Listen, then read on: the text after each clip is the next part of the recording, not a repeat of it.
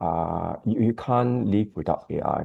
You want to do with AI. I help leaders make sense of AI. But then how do you brand yourself? I've always been helping people navigate change. I'm sure it's a very hard decision, right? When you decided to Oh, leave not easy, not easy. I don't think I have ever changed careers. I changed classrooms. classroom without any walls. The seed have been planted into our mind without us knowing it. Try to make sense of it, right? You assess whether a company is AI ready. If there are too many friction points, that means that they have not done anything so far. Leadership is all about communication, right? And AI transformation is not about AI. AI transformation is actually about workflow transformation. Hi everyone, welcome to Asian Business Owner Podcast, ABOSS for short. With the changing economy, especially after pandemic, do you ever wonder why business lifespan is getting shorter? Do you ever wonder what causes it? Are you one of the business owners who are in the midst trying to figure a way out? Or are you intending to start your own business venture believing that everything will work out but somehow you feel something is missing? Or do you want to start a business however you do not know what to go for? If you have all these questions on the list that I mentioned earlier or many more that I have not mentioned, then we are here to fill the gap. Hi, this is Joe. Hi, this is Ben. Okay, before we start, we'd like to encourage everyone to do us a free service by subscribing to our ABOSS podcast so that we can invite more business owners, expertise of relative field to share their knowledge and experience with all of us. So today, we are going to invite someone very special, from shaping policy in government halls to guiding minds in education sector. Today's guest has lived the disciplines of service and learning. Now, he's channeling that experience into entrepreneurship, leading the charge in AI and workforce transformation. His story isn't just about technology, it's about reimagine how people, institutions, and industry adapt to the future of work. So join me as well, we explore how a career built on service and education is now redefining innovation and resilient in the age of intelligent transformation. So let's welcome Michael Lau. Hi, thank you. Michael, would you like to do some introduction about yourself? Hi, thank you, Ben. Thank you, Joe. I'm Michael. I've spent over 2 decades helping organizations navigate change, from classrooms and government to boardrooms. And today I help leaders make sense of AI before they make decisions, in short. But I want to clarify that I'm not an AI expert. So I help organizations make sense of one of the biggest shifts in human history. Yeah, thanks. Right. Okay. I mean that career transformation or transition these days are very common these days, right? So your career started largely in public sector before moving into consulting and AI transformation. Right. What made you decide to leave a stable career and start this journey? That's an interesting question. I actually ask myself many times. But honestly, when I reflect, I don't think I have ever changed careers. I changed classrooms. Whether I was teaching in school, shaping education policies in MOE, or leading capability development at the universities. And at one point, I also served for a short while at the MNC, or advising business today. I've always been helping people navigate change. And AI simply happens to be the biggest transition I've seen in my lifetime because I've achieved through various tech portfolios, although not tech trained. I realized I could probably create greater impact by helping many organizations adapt. And I think maybe it's also this time of the age where you realize that you got to do something. What do you want to do next when you retire, right? So I decided to leave, to create a bigger impact rather than just serving one organization at any time. Yeah. Oh, that's interesting. I'm sure it's a very hard decision, right? When you decided to leave. Oh, not easy, not easy. When you have family, when you need to bring food to the table, you got to be courageous enough to persuade people and to persuade yourself to do that. Yeah. Yeah, just curious, how long did you ponder about it before making the decision? Not too long, to be honest. It has been in my mind for a while. And honestly, I tried to do education not by choice, for some reason.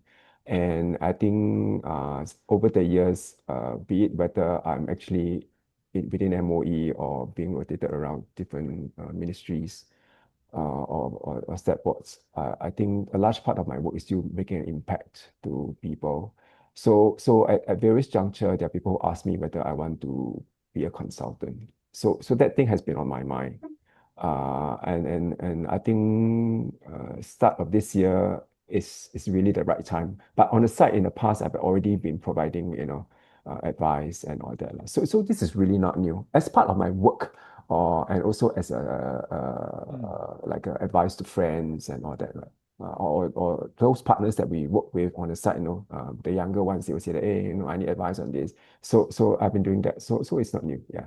Yeah. Pretty comfortable with it. Yeah. So So now you're in a classroom without any walls because it's such a Yes, big place. yes. Yeah. I think that's a very good sharing, because I realized that sometimes somehow certain point of time, certain seed have been planted into our mind without us Mm, knowing it. mm, Yeah. Then all of a mm. sudden you realize that, hey, probably I should start doing this, I start doing that kind of things. And Yeah. a lot of entrepreneurs that I come across is like, hey, actually they realize they want to do it long ago, but for a certain reason, they do not have the courage or the ability or capability until right now they feel that, oh, probably they are ready, although not 100%, yeah, but they're ready to try. Courage is the word. I think courage Yeah. is the important thing. For us, we are not deemed by anybody as like a specialist or an expert in any area. You're just a generalist, right? No matter how good you are, your portfolio is just like, rotating around doing different things, right? So you don't have deep expertise despite the fact that you have been building that over the years, and then you have a wide exposure and the different experiences accumulated, right? People still don't see you. So it takes a lot of courage, right? Because when you want to be a consultant, how do you brand yourself? What are you good at, right? You can't tell people that, oh, I'm a tech person, right? Unlike someone who has been in a tech job for a long, long time, right? So yeah, so courage is the word. And I like your company's name, Sense Collective. It's like Yeah. it got me pondering. How did you come up with this name? It's interesting. I landed a job when I was about to step out, right? That pays me for good enough for 3 months. So I thought that I could just take the challenge, right? And back then they said that, oh, we cannot pay you if you have a company registered. So I have to quickly go and do something, right? So what do I call, right? You can't be so whatever to call it, Michael Lau or whatever, right? So and then I happened to just release a book called Making Sense of AI for SMEs. All right. And that title was really because I've been helping SMEs adopt tech for the last 10 over years. All right. And then I think the whole idea that's key to this whole thing is actually that you have to make sense before you make decisions. So that's why I purposely call the book Making Sense of AI. AI especially, it's not any other IT projects, right? So, and then that framework, I also try to make it into like sense, SENSE, right? So when I first step up, then I look at it, I would say that, okay, lah, sense, right? Sense what, right? So back then you don't have a clear idea what you want to do, consulting, or was it work training, or was it what, right? Collective, right? Everything. Yeah. So that's the thing, right? So subsequently it became like, people say that it's a very nice name. I just managed to get it trademarked actually. Yeah, yeah. Oh, congratulations. Yeah, yeah. Yeah. So Oh, that's that's how cool. that That's that's how cool. the whole title came about, yeah, yeah. But the whole idea is actually making sense. So I think as I kind of built this whole business, I also try to make sense of it, right? What do you want, how you want to help people? Yeah, yeah. Okay, now looking back across your career, from government and education to consulting and entrepreneurship, Mm. what has been the common thread? Uh, what has been the common thread? Common thread has been, I think looking back, I realized my career was never about education. It was never about public service. It was never about AI. It has always been about helping people make sense of complexity, be it whether it was strategic planning, was curriculum design at school or and then helping SMEs adopt tech, right? It's always about making sense of complexity. So in the past, I like to use the word sense making, right? It's a process that we go through. Yeah. So yeah, the common thread is making sense of complexity. So it's something like clarifying whatever situation kind of Mm. things. Right. Yeah, so for instance, right, I give it a simple example. Today, I think a lot of SMEs say that, oh, they call in and say that, oh, I want to adopt tech. But how? Or adopt AI, very common, right? Because they feel the pressure that, and then there's a lot of government funding, right? They feel the pressure because the competitors or their friends are all doing it. They also want to do. But what about AI? Then worse still, they started buying a lot of different AI tools, right? With all the support and help that they are getting. All right, but they realize that after 2 months, all those tools are just left like white elephant, and nobody touches it, right? So I think making sense is a very important thing, why AI, what to AI and what not to AI, and what's your end goal in this whole process. Yeah. Just now we were talking about government funding, right? Yeah. Let's say if without any government funding, do you think the SME will still adopt AI as fast as what we have been doing for the past few years? It all depends on the type of people. So I've seen three types. One is that sort that maybe a different way to look at this actually, you go into an organization, whether they are tech ready, whether they are AI ready, right? You don't look at the tools that they have. You look at whether they are efficient, right? Whether there are any friction, whether there are people there are feeling frustrated at work, or whether their customers are feeling comfortable or also frustrated. From there, you know whether they are tech or AI ready in that sense. And you will then know, right, what are those that will adopt or embrace technology or AI more readily, right? Those who have been using it to help solve the friction point, the pain points, and to make work better, to make customers' life better, to make the whole company more efficient, right? I don't think without funding, they will not. They will continue to because they are always looking at ways to improve. Yeah, maybe they are will look at cheaper options without funding.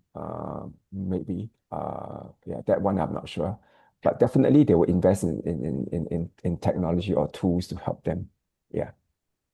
When I was in Correct. the consulting space previously, whenever we approach companies, speak to business owners, right? Yeah. The first question that they will ask is there Whether there's grant? funding.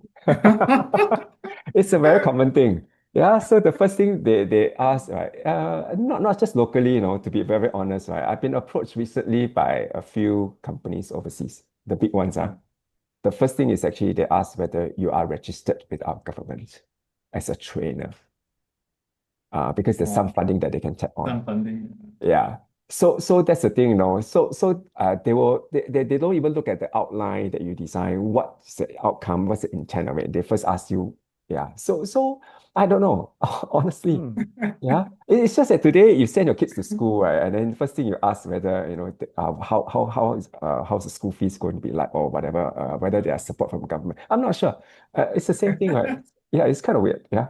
Yeah. It's not assuming that we do not have no, we do not have any funding at all. Okay, we don't have any funding at all. Do you think that the AI Yeah. industry will progress as fast as what we are having right now?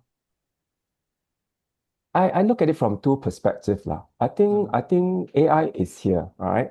And in order to do things better, faster, you can't live without AI. Uh, the other thing is about readiness, all right? I think it's back to human. I think any transformation is all about not the tools, but the human. I think it's our mindset. Um, I think even some organizations with the funding, right? I think if they don't have the right mindset, I think they also don't see a need. All right. With or without funding, with funding, I think it just make things maybe a little more feasible for some company in that sense. They will think that, oh, because there's this support, so why not give it a try? All right. So it all depends on the mindset, um, and how hard from the top the government is pushing. I think from the top, it's still a consideration based on what I've seen so far. Yeah. Michael, how do you assess whether a company is AI ready or tech ready? Is there a Uh, framework that you use or checklist that you use, or how does that? well, I do have a framework. That framework was kind of a I never called it a framework until I was asked to deliver a keynote at one of the innovation week of it was Fujifilm last year.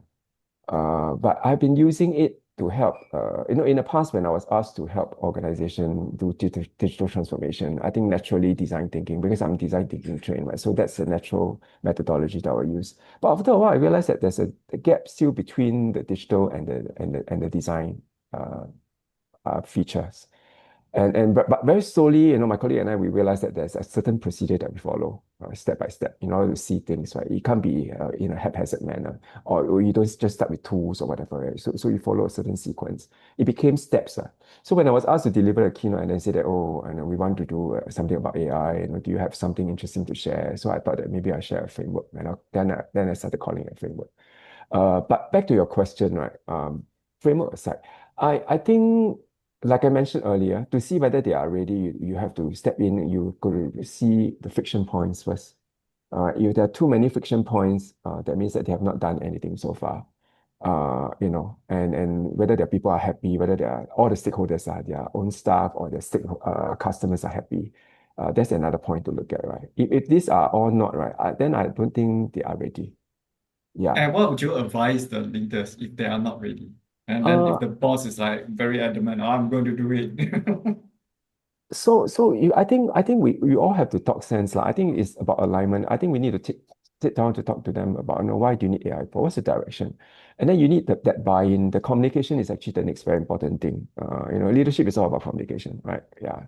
It's to get everybody on board the same ship as you. And then you kind of move together. But yeah, so it has to be clear, because I think, to be honest, right, AI is a very challenging thing. It's unlike any other tech uh, projects in the past. And a tech project in the past is like, oh, I just buy a tool like IoT, right? And I leave it to the IT team. I bring in the IT head, they help me settle everything, right? Most of other people are not involved. But today, AI is everybody's using. And the other extreme is actually that some bosses felt that, oh, by subscribing to the most expensive package for certain AI tools for everyone, then they are doing AI. But this is AI activity, it's not AI transformation. All right. So AI is a very difficult thing to tackle. So you got to sit down and really talk about it. And I think my job, honestly, or the job of all consultants on AI, is really to sit down before you talk about package price, mandates, and whatever. Right? It's really to talk about what you want to do with AI and what you can do with you. Right. And AI, to be honest, these days, because it's so easy to use, right? I mean, you can even use Singlish in your prompt, they will be able to do something. They are so well trained, right? Do you really need like a solution provider? You can train your people good enough that they can actually start creating their own tools. All right. True, So it true, depends true, on how true. far you want to go. Yeah, I've actually sat through, or rather, work with organizations where the leadership team is always there, and then they have this whole journey where they engage the people, starting with workshops. Then they will send the more advanced ones for certificate programs so that they are certified to have some more advanced skills in the area of AI. Then they will actually have hackathons, to celebrate quick wins for the people, to build confidence. And then they will then proceed to then so that now you build your own app, look at processes, build your own app to see how you can string things together, and then maybe slowly move to AI agents. So there are those. So this is the kind of leadership that's very clear that what they want to do with it. Yeah, yeah, When I talk about AI and workforce transformation, right now, yeah. where a lot of companies are doing right now, what's the biggest misconception over it? Because for example, as a business owner, I would think that our application of AI is definitely going to have incurred initial high costs during the transformation. And as for workforce transformation, probably I think on many team members will start to thinking that okay, my job is going to be replaced if I don't transform whatever or the way of doing things right now. I think there are two questions here. One is actually uh, you mentioned about AI. what was that? Application. Applications, right? Right. I think first thing, you mentioned about AI transformation. AI transformation is not about AI. All right, I think that's the biggest misconception. AI transformation is actually about workflow transformation. All right, and and and and unfortunately, most organizations start by buying tools. So we got to really sit them down and actually map out the whole workflow and then start redesigning it. All right. I think then the second question, the second part in the same question is actually that whether people are fearful whether they will get replaced or not. I think this is something that I think the communications from the leadership team has to be very clear. All right. Because if they take it that AI transformation is all about AI, then I think they got it all wrong, right? So I think ultimately, I think we have to build that confidence in our people, right? So, if you look at the job itself, right, whether jobs are some of the parts of your jobs are being replaced. All right. When jobs are being replaced, I'm sure certain parts got elevated. All right. And then there are new jobs being created. It's looking at this whole job redesign process. All right. Because to be honest, AI won't replace humans, but it will redefine what makes humans valuable. All right. So if you can actually look at this more comprehensively, right? I think people will feel more confident because in the past we competed through knowledge, but knowledge has been commoditized by AI. All right. Tomorrow, I think we all compete through judgment, creativity, empathy, and wisdom.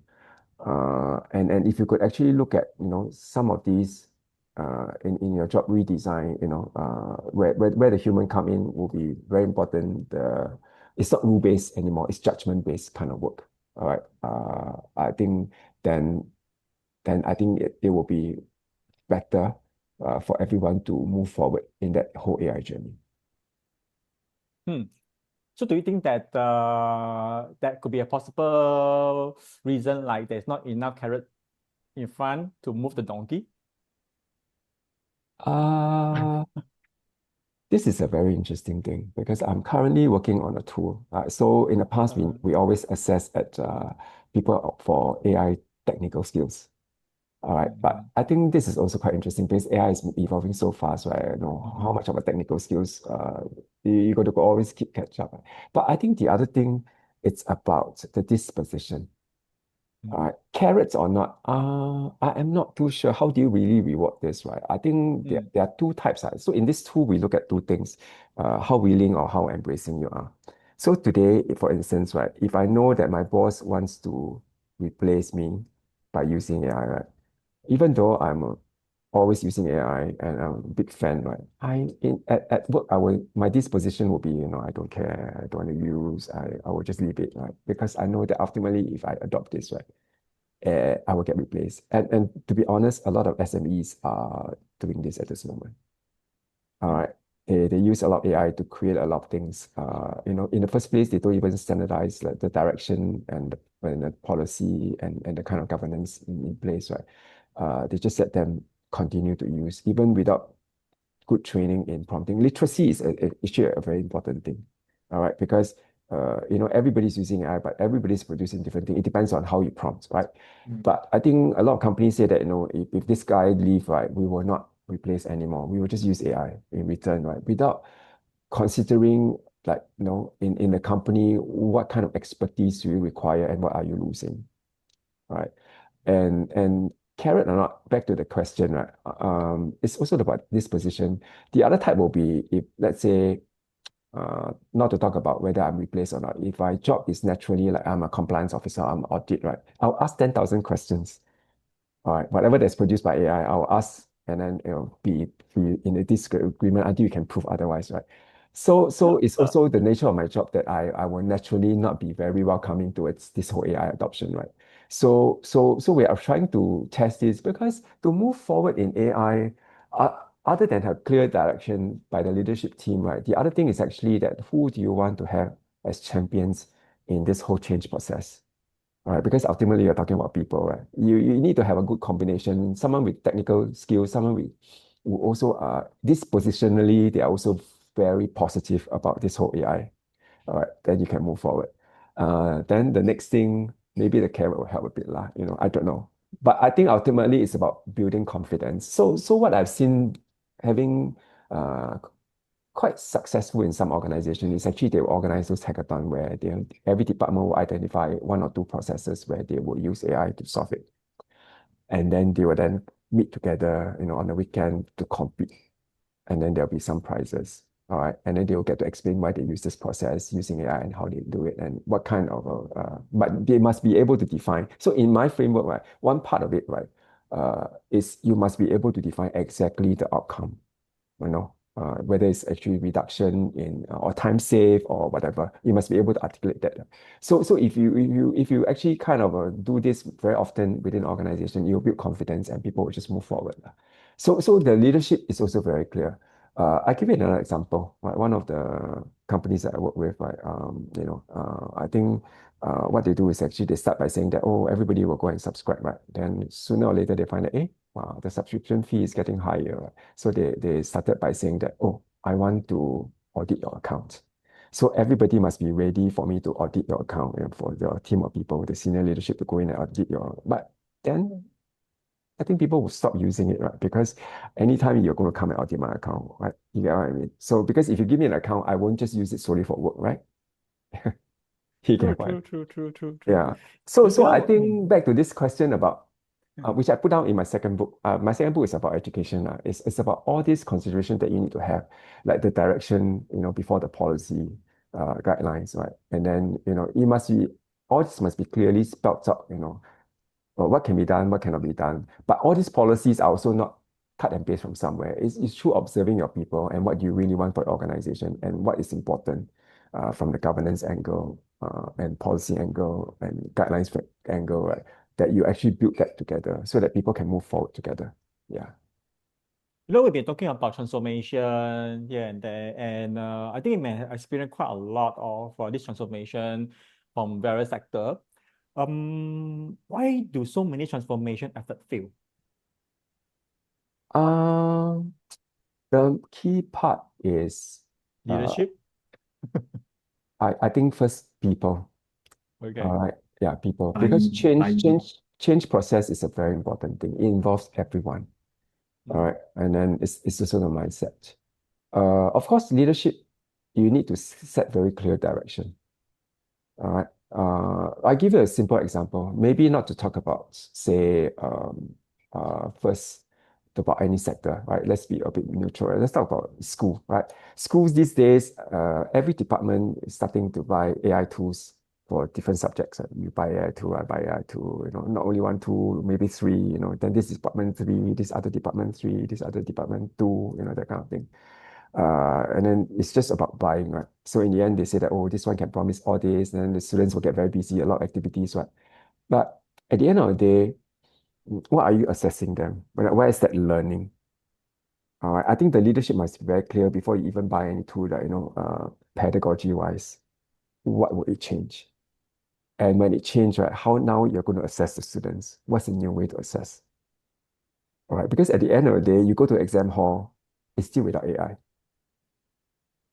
Same goes for work, right? There's certain parts of it, right, where there's no AI anymore. You get what I mean? You got to make a decision yourself, right? Because I think a lot of people are very comfortable these days, everything all thrown into AI. I'm not sure whether you experience it, right? So do we still need exams? Um, oh, it's a very good question. I think we should ask ourselves this long time ago. Do you know that the Scandinavian system, they don't have exams for 16 years of their life? Yeah, exams, is it really? I don't know. Yeah, but they are still very creative. Or in fact, they are the more creative lot, right? Yeah. So, do we still exams? And I think the key question is actually what are you assessing? Yeah. Yeah, that's important.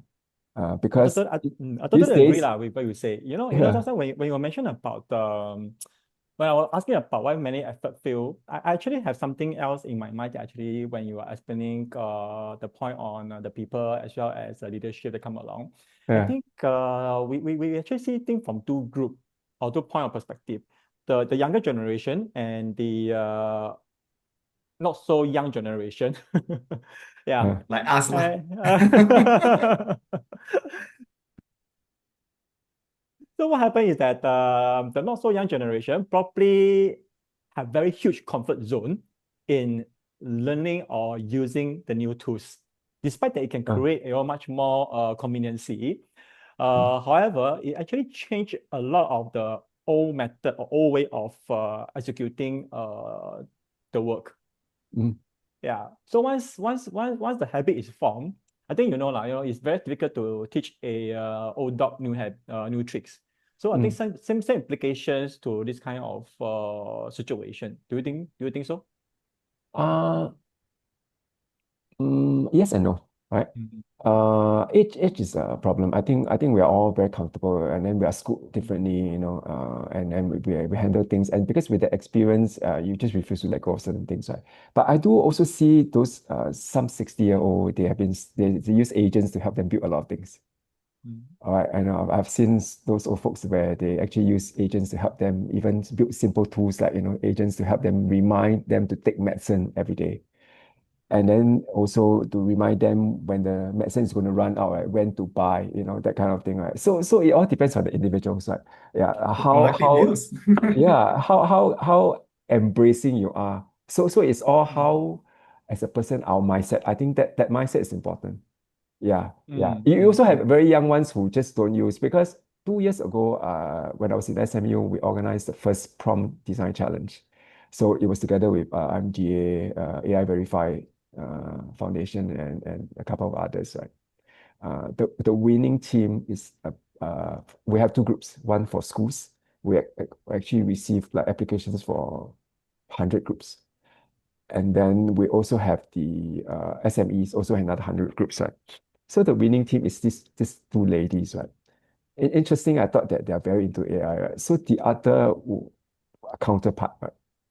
Actually, we sat down for, there was a celebratory lunch after the whole prize giving, right? She said that she has never touched AI at all until that project where she was checked in by the colleague to go and work on this together. Yeah, right. So she has the immersion yeah, experience yeah, now. yeah, yeah. So you see, there are still people, right? Honestly, although we thought that we have been like a lot of people are commonly using AI, there's still people amongst us who have not touched it yet so far. To be very honest, yeah, yeah, I Those are think the that this super laggards, I think. yeah, I think that this old saying like okay, if it's important, you'll find a way. If not, yeah, you'll find excuse. yeah, yeah. So to be honest with you, I have colleagues, right? Not younger than me. They have never used PayLah until the very last minute when they have no choice. They are worried about something, that their money will get whatever, I'm not sure. Yeah. Yeah. I totally can understand. Yeah. I'm a Yeah. one of Back then I in was office when, I was one of them also last time. oh, really? Okay. Yeah. Okay, now let's come to something more personal, if you don't mind. Sure. Was there a moment you question whether your business right now would actually work? Oh, many moments. Not just one. Many moments. First thing, like I mentioned, how do you brand yourself, right? Even though you have done those before, because you are never seen like an expert in any area, right? Because you're just a generalist, right? And also when you talk to organization, you're also on the other side, you also don't feel you're not also not sure whether they really wanted transformation or whether they simply want you to do an AI workshop for namesake, just I provided training, or there's a Mm, government mm, mm. funding, and then and to be very honest, yeah, I've been to many conversations since I stepped out like 3 months ago, yeah, or officially. Uh, this whole thing, whether it works or not, and especially when I say that, no, I brand myself in the area of AI, right? I thought that people weren't overwhelmed by AI; they were overwhelmed by the kind of noise, right? And they just don't know how to approach this. So I asked myself, how am I going to help you when you are not clear yourself, right? So, yeah, I questioned myself many times, and up till today.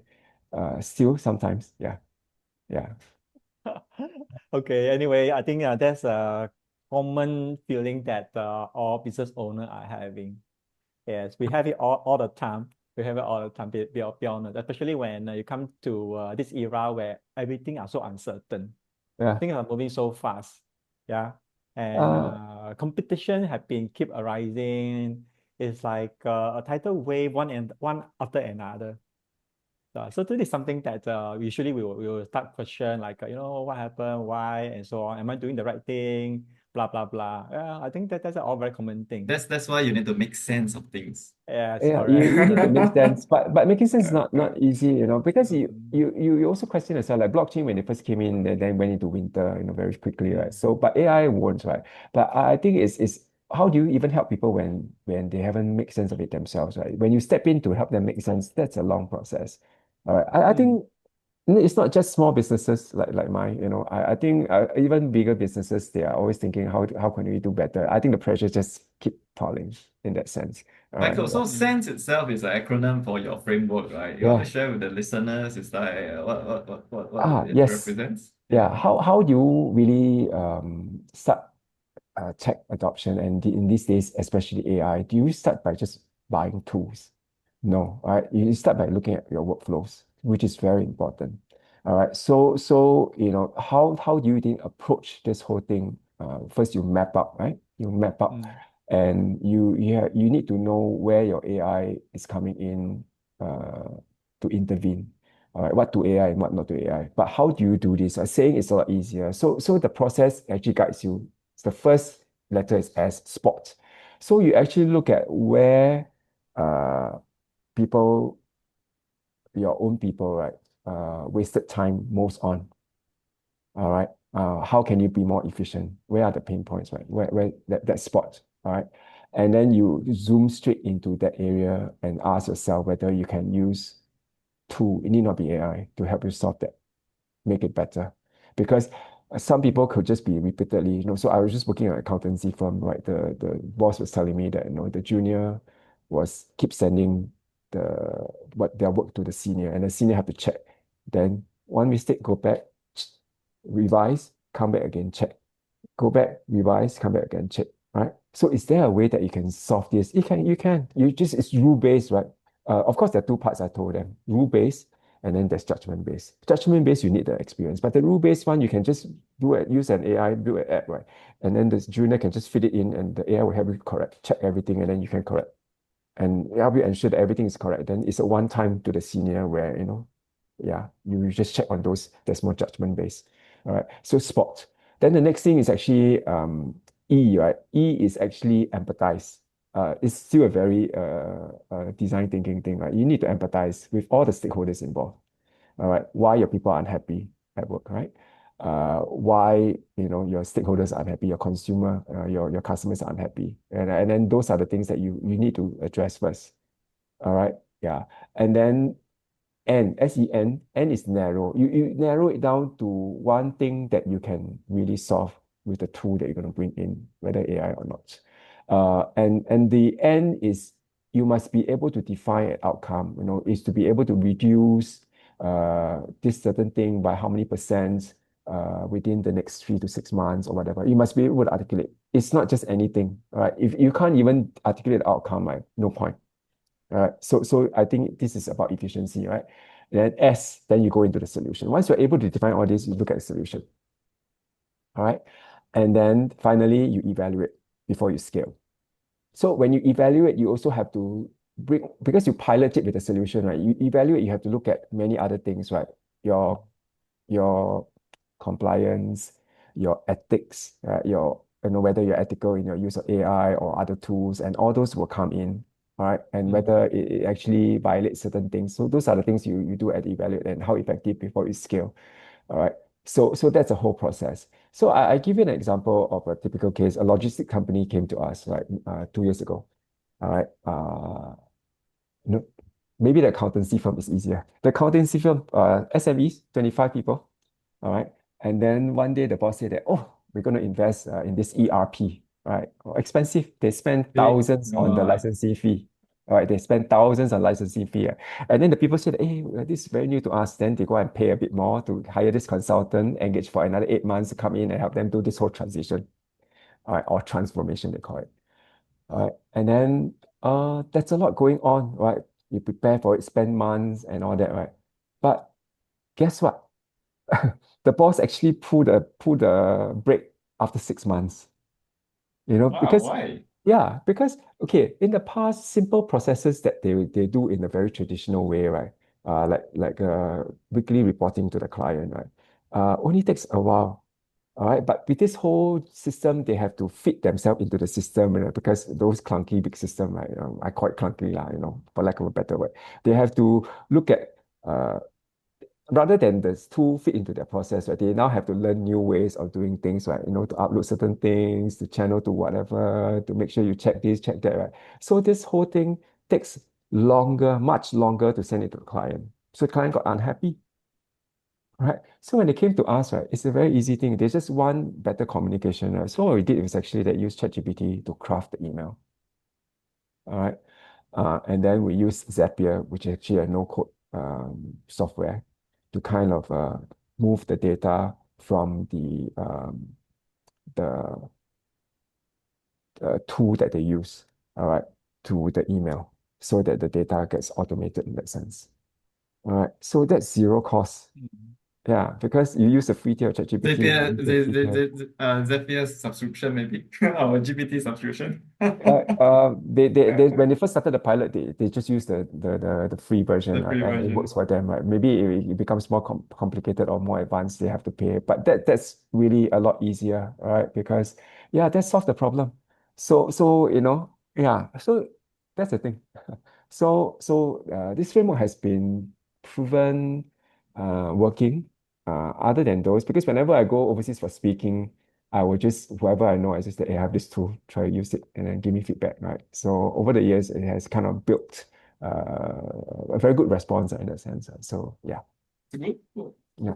So in fact, just now when you share about the sense framework kind of thing, it's somehow rather coincide with what I was having, another framework called Power. Oh, It's actually help company on sustainability, okay.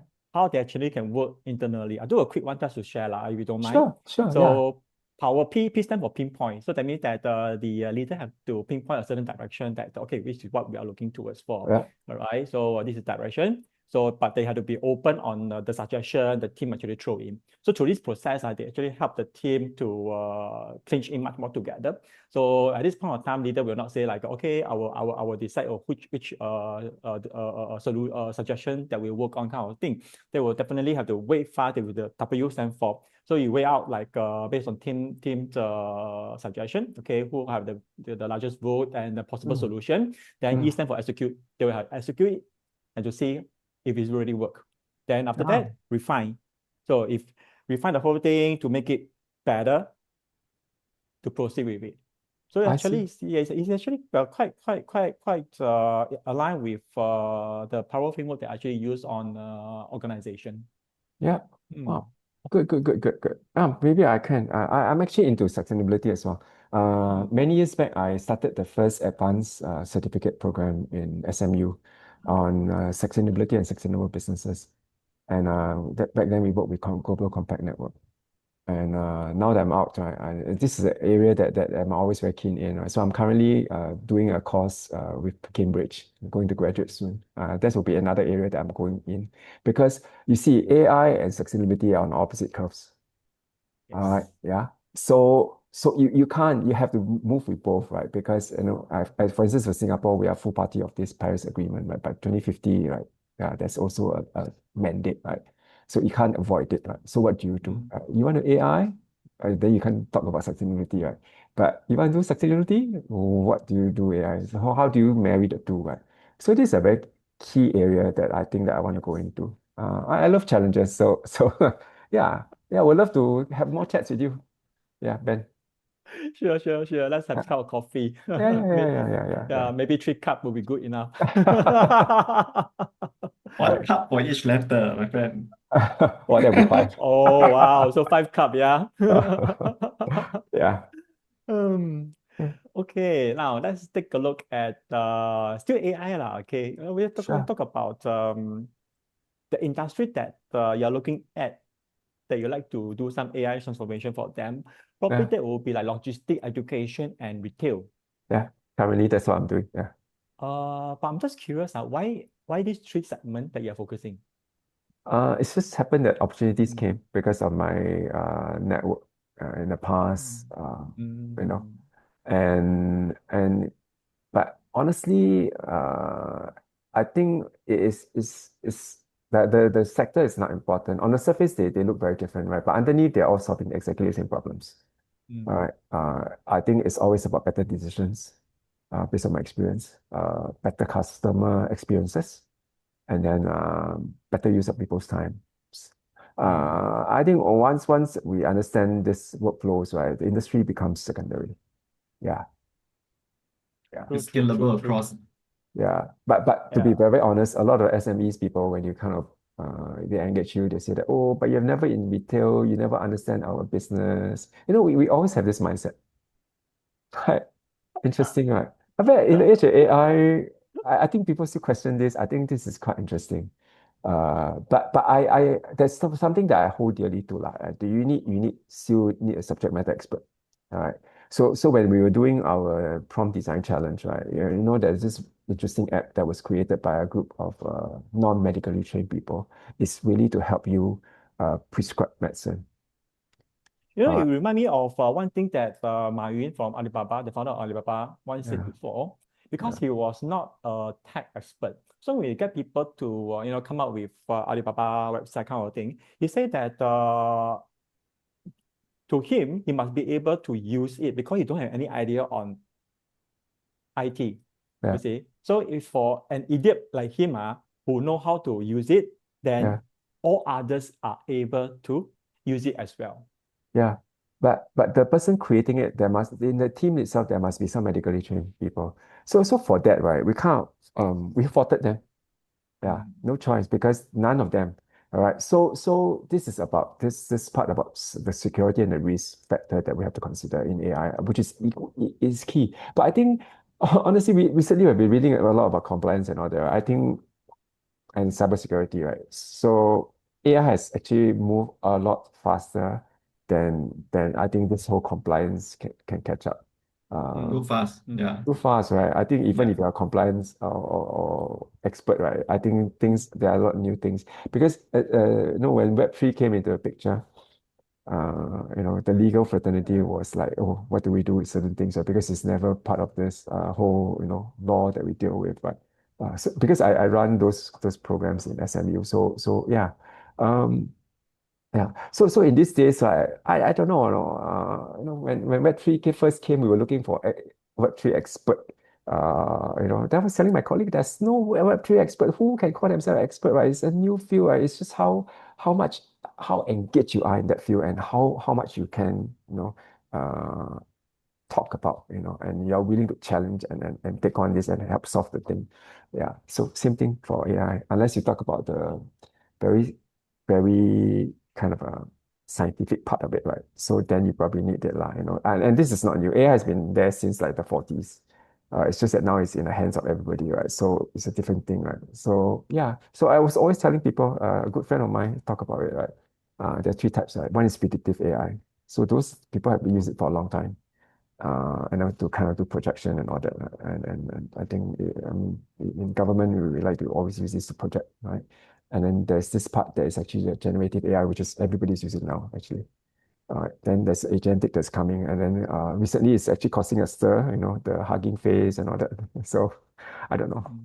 Yeah, but I think You when we enter the computing uh, the quantum computing phase, right, I think things will be a lot, I don't know, for lack of a better word, scarier. Yeah, because it will be a lot faster, right? yes. Yeah. In fact, I have been working very closely with this quantum expert, and Yeah. we were thinking that why not let's conduct a workshop on quantum management theory and quantum technology. Mm, However, at this point of time, I think a lot of people still very much into AI that they yeah. feel that quantum is still like wow, it's much too futuristic kind of technology to them. But in a matter of fact, I think by year 2030, it's going to be a full force out. very soon. And government right now already have a grant that support anyone who want to go for the quantum Mm, technology mm, study. But it's yeah. just that I think we are too much following the trend rather than actively trying to learn something new. So I was hoping. I wrote the book honestly, because back then, 2 years ago, the adoption of AI by SMEs in Singapore is only 4.2%.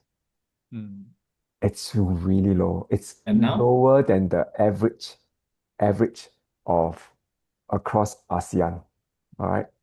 And a year later, it became 14.2, if I remember the numbers correctly. But I don't know whether those are just a number because there's support. People have started buying tools. But buying Mm. tools doesn't mean adoption. It doesn't mean transformation. That's my worry. All Mm. we right. are still at the loss of the diffusion of Correct. innovation. So, Because so it's, yeah, probably at a very early stage only.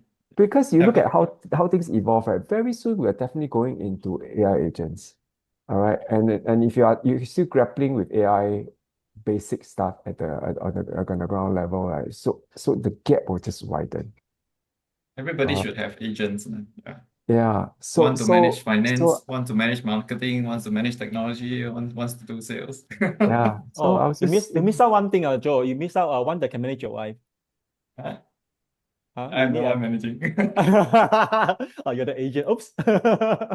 so I was just hoping that I don't know. I don't know. I hope that one of our associations or some of this, the consultancy firms can do a lot more in helping. And then I hope that the SMEs bosses are more open. And you got to take it. It's going to come, right? I still remember when I started as my career as a teacher, right? When the year I enter, we were told that we have to use PowerPoint. No transparencies, no overhead Mm. projector. I think our generation we still know what is that, right? Yeah, So, transparency, right? yeah, yeah. Then the older teachers were like, oh no, no, no, this is not mine. Then until the school has to just take the whole thing away, and they have no choice but to move, right? So I think when that stage come for AI, you are very far behind the game already because uh, PowerPoint is still PowerPoint, right? But AI is moving very fast. If you are not even catching on at this moment, right? When you move on, the whole thing progresses, wow, we're going to be very far behind. Yeah, so Yeah, the AI is actually the major trends. You see, I mean, we are fortunate enough in our lifetime, we've seen the transition. So initially the computers are there, and then after that the yeah, internet, after that the smartphone.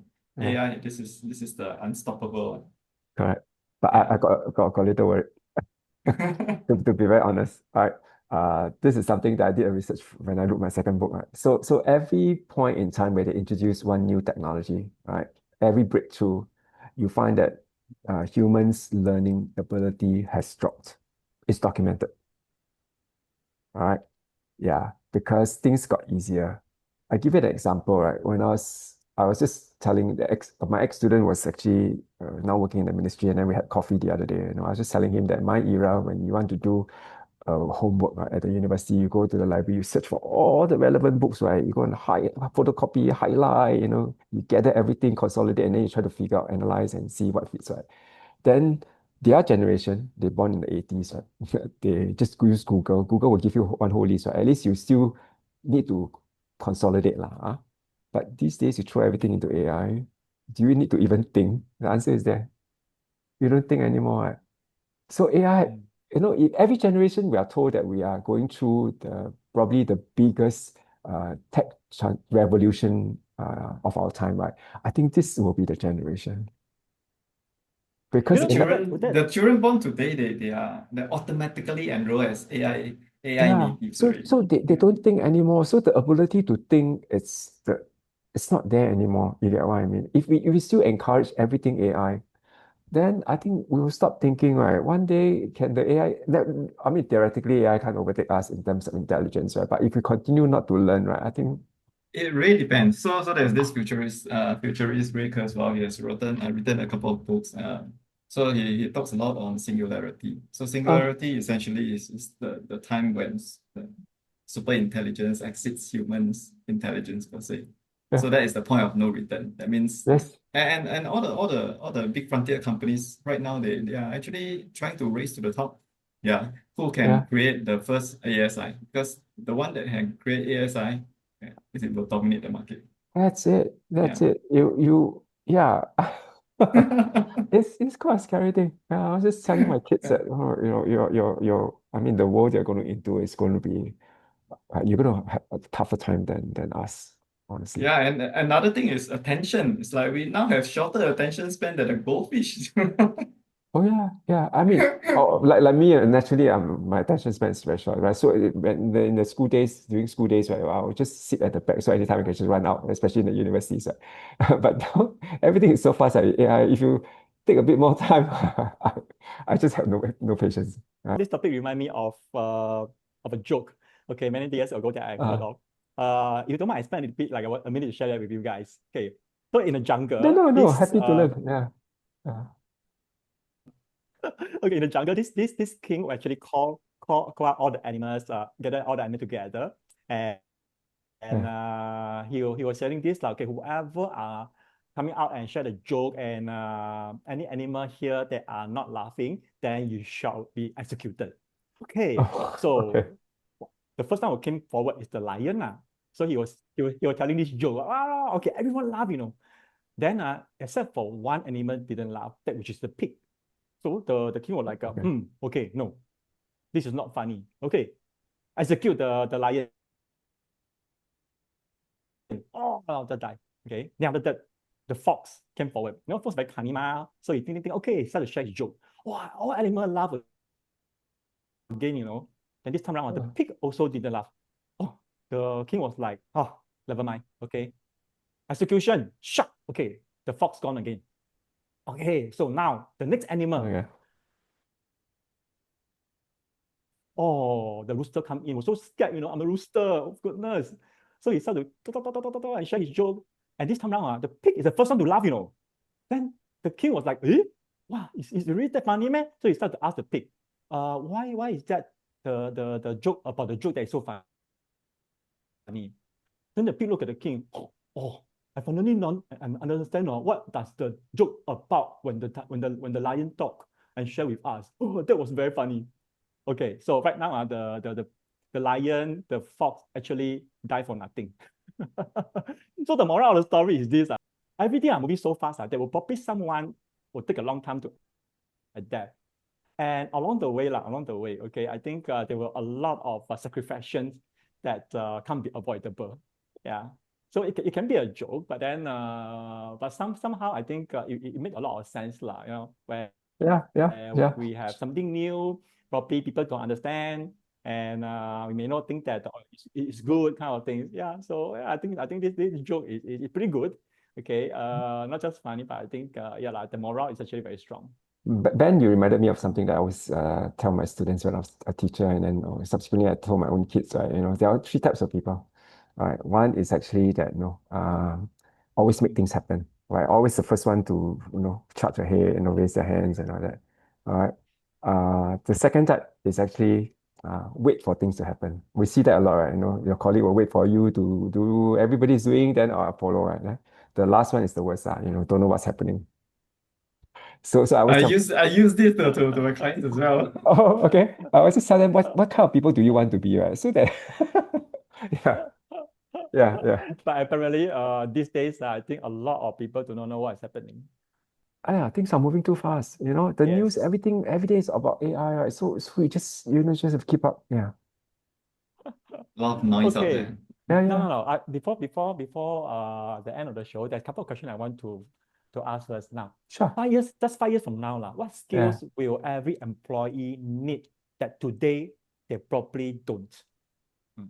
Wow, that one needs a bit of thinking. 5 years from now, what kind of Mm. skills do we need that we don't need at this moment, huh? I think 5 years from now, right, like I mentioned, knowledge will be commoditized. It's already there. It's already happening. Knowing more will make you valuable. Uh, but thinking better will. So judgment, systems thinking is something very old that's coming back, right? Asking better questions. and then learning continuously. Those will become new competitive advantages. Not that they are not required now, but I think it become more important in time to come. Yeah. Oh, so you're talking about human skill. Mm. It has to be human skills. You are Yeah. asking about? No. I think technology definitely make it too convenient that we, in the matter of fact, had ignore the basic of a human skill, even like communication. I think communication somehow or other you realize that a lot of the young is not as good as compared to those in generation X or even the baby boomer time. Yeah, where they used It's to talk a lot and communicate a lot. No, it's they will to text you now. Yeah. I mean So there you are a lot sit face to face and then they will text you. there are a lot of things that happen. I think it's not just because our linguistic skills have kind of deteriorated. I think in the past, there's not a lot of entertainment. People just talk, right? If you sit around, you talk, right? Nowadays, you sit around, you don't see people know even basic social skills the younger people don't know anymore. The second thing is actually they don't like to do face to face, right? And you realize after COVID, a lot of people don't like to, they like Zoom and all. But talking over Zoom and talking over like face to face over coffee is totally different. Your body language tells me a lot about you. So right after COVID, right, I actually do all my interviews. I don't like to do um, online. And I realized those that I hire online, right, in my previous job, right, all leave after a while, or we find that they are not suitable because it's actually a totally different thing altogether, right? And You actually remind me of one incident about a few days ago. I was talking to this director of the company. So uh, she was mentioning this to me. Say that these day young people are very funny. They don't want to, or they don't like to come up for coffee session one. Yeah, they just text me only. Then uh, how are we able to build relationship? Kind of things. Yeah. So Yeah. in the past we read, right, because there's nothing else. These days you just go through the reels and there's a lot of brain rotting that's happening, honestly. All right. Yeah, because you just look at all those things. It may be true, may not be true. But in the past we read, right, you keep building your knowledge. And you have things to talk about because you're aware of things. These days they seem to be like, everything is fast and all, but it's a lot of brain rotting. And then these days also, because when you text, right, you don't do it properly in a short form and all that, right? So when it comes to writing, right, I can bet, right, a lot of them cannot spell properly these days. Autocorrect. Yeah, honestly, especially for us, right, once you leave school, right, your Chinese is you're given back already because you don't write anymore. Yeah, there are a lot of colleagues who that sing karaoke, they sing pinyin more than they know the character, the Chinese character. Yeah, so Okay. so it's all these combinations that make us Mm. not able to communicate anymore. It's definitely a very important skills. It's not just this era, right from the moment when tech enters our world, right? Yeah, Yes. it's already very key. Yeah. Now, if there's one advice that you can give to SME owner who Uh, has never used AI before, what's the very first step? what's the advice? Yeah. Wow, this one I have to think a bit. Back to the same thing. I Uh, think if you look at AI, like any tech, right, don't start with AI. Start with your biggest frustration. You fix one workflow, create one success, build confidence, and then you mm, repeat. Yeah. AI adoption isn't a technology journey. It is a momentum journey that you have to build with your people. And so far, I've seen a couple since I started doing consulting, right, that has actually done it according to how I described it. I think they have been quite successful so far. Yeah. So don't start with AI. We always must remember that any change is not a tech change. Any, yeah, it's always got to do with the people. It has to go do with the process, the communication. Mm. yeah, it's always like two hands to clap and one hand to slap kind of things. Yeah, I don't know in Singapore, the very early question that you asked about this funding, right? This is always like uh, a nice word for it, incentive, right? So you don't use, you also feel that, but when you use, how do you use it, right? That's another, yeah, important. Okay, now let's say if any audience would like to connect with you, how should they do it? Connect via LinkedIn. Yeah, Okay. that's the best way. Yeah. Okay. Okay. I will leave your link in at the end of the show so that if there's any inquiry or whatsoever or for collaboration, then they can link you up with you. Yeah, I mean, it doesn't need to be a job, if they want some sharing, Right. I'm probably, happy to share. What I wanted to say is I may not be like a tech expert, right? But I think from doing strategic planning at the policy angle, all the way, to the university and now my own. I mean, strategy is something that I think that to start anything you need it, right? So if you want to share, I'm more than happy to share. Yeah. Okay, thank you very much for your time, Michael, today. And Thanks. today have very, very awesome information exchange and the experience that you shared. Yeah. Okay, so before we end the show, okay, thank you very much. And we encourage everyone, remember to do our free service by subscribing to our Able podcast so that we can invite more business owner with to share their wisdom, experience, and knowledge with all you guys. So to the next one, see you guys. Thank you, Ben. Thank you, Joe. Thank Thank you, Thanks, everyone. you. Michael. All Thank right. you. Yeah. Thank you. Bye-bye.